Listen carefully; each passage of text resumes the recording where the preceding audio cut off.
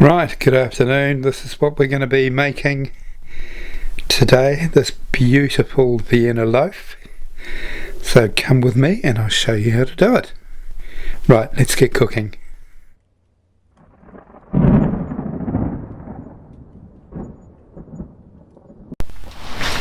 Okay, first we're going to start by activating our yeast. So I've got some castor sugar here, and I'm going to put 1 teaspoon in there.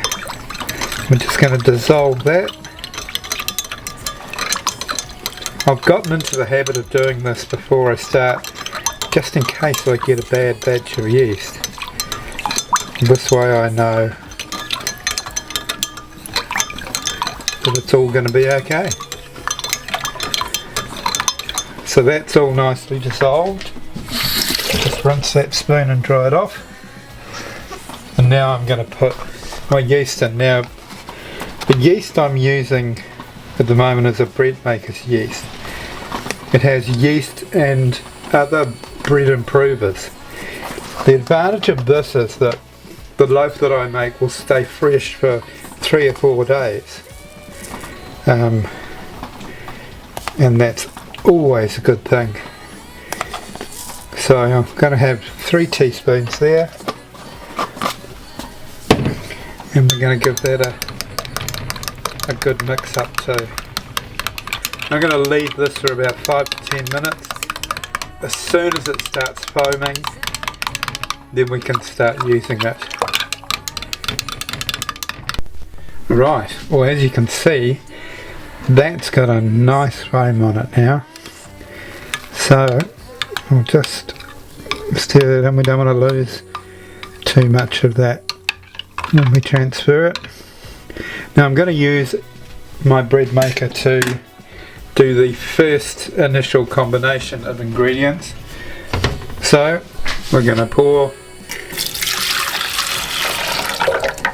our water into there and all the yeast, and now we're going to add our flour. So we want to add 550 grams of flour, which I've measured out and weighed, but my vessel's quite large. If I try and pour it all in from my scales, the bowl that's on my scales, I fear it will go everywhere.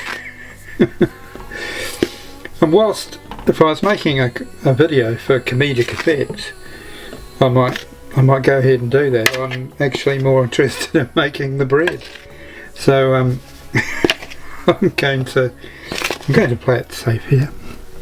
So I'm putting the flour in now on top of the wet ingredients, and then I'm going to put the salt on top of that. This is to make sure the salt doesn't come in direct contact with the yeast, because it's well known for killing off yeast. So there we go, and now we can put in half a teaspoon salt,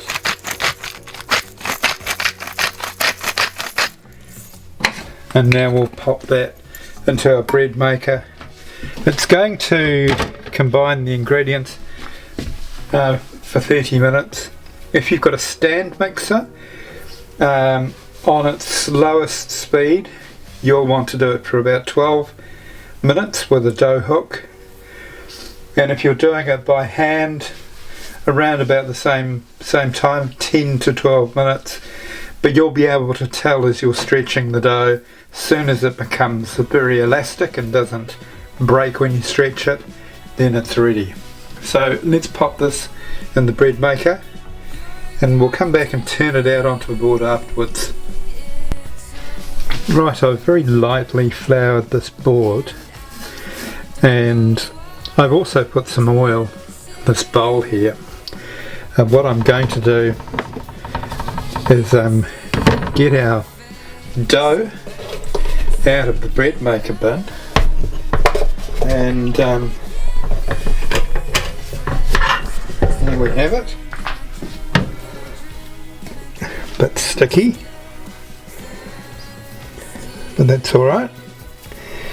And the only thing we're going to do here is just form it into a ball like this,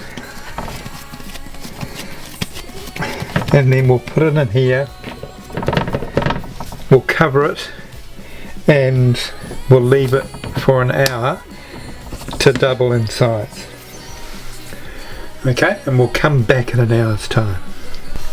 So just a loose cloth, a tea towel will be fine for covering. It's a nice big bowl, so it's got plenty of room for it to rise. As you can see, that's risen nicely. So we're going to turn this out onto the board, and we're going to knock all the air out of it. Okay, so just get it and fold it back onto itself, and use your knuckles to really push the air out of it.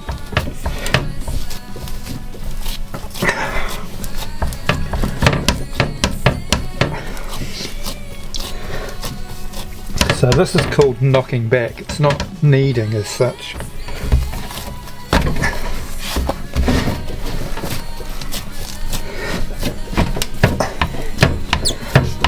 You can hear it squeaking and popping. And now we're going to form it into a ball again.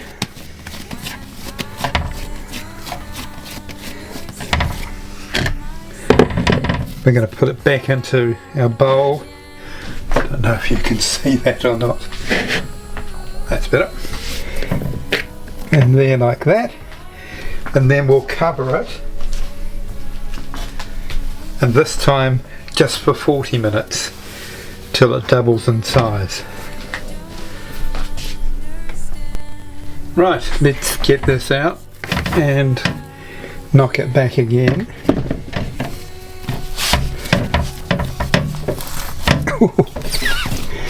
There's plenty of air in there.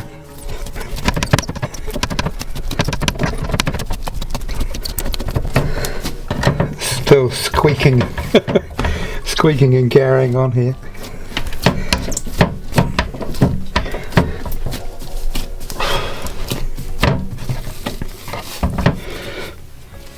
Rightio. I'm going to form this into a ball, but this time I'm not going to put it in a bowl, I'm going to put it on my baking sheet. Bit out of breath after all that kneading.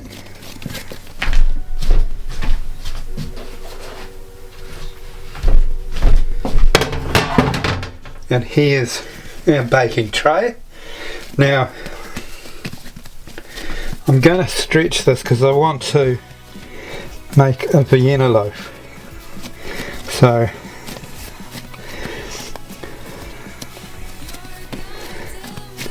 that when I'm slicing my bread, I've got it in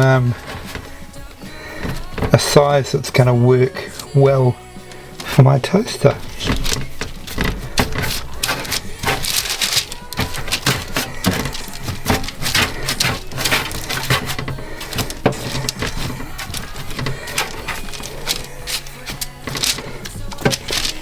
Not a particularly attractive end, is it?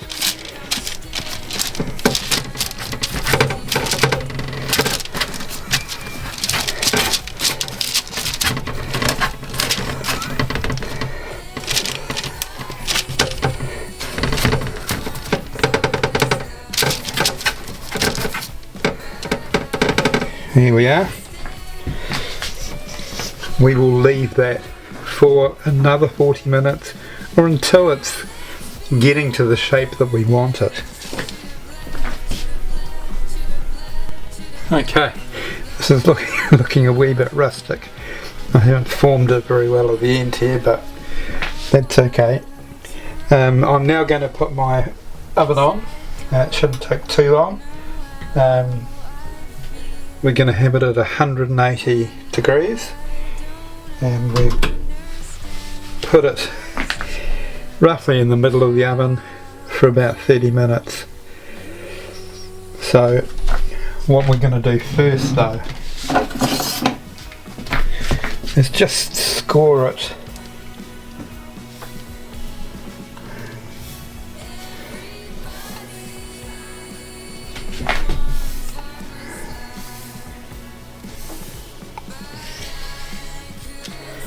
there, so that'll provide a really nice pattern.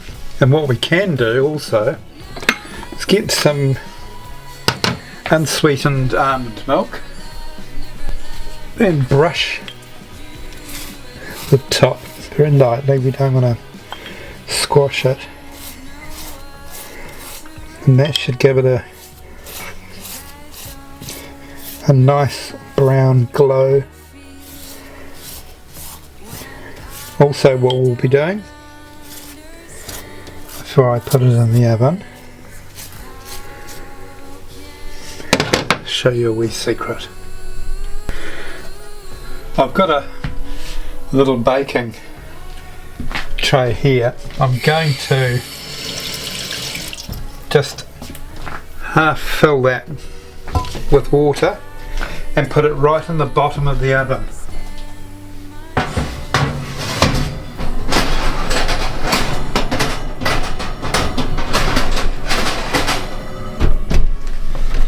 Now what that will do is it'll create steam in the oven and make it nice and crusty. So I'll come back in roughly 10 minutes and we'll put this in the oven, eh? And there you have it, straight out of the oven. Ooh, that's a fabulous looking loaf of bread. I'm going to give it 10 or 15 minutes and then we'll have a slice, see what it tastes like. Right, we're going to have a taste now.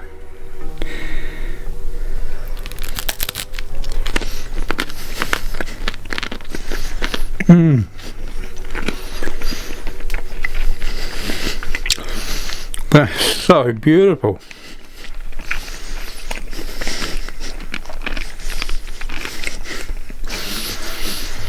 Very, very crusty.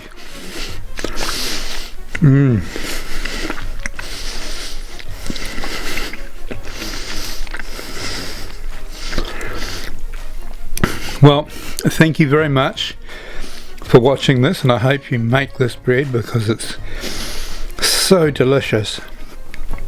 And I will catch you on the next recipe.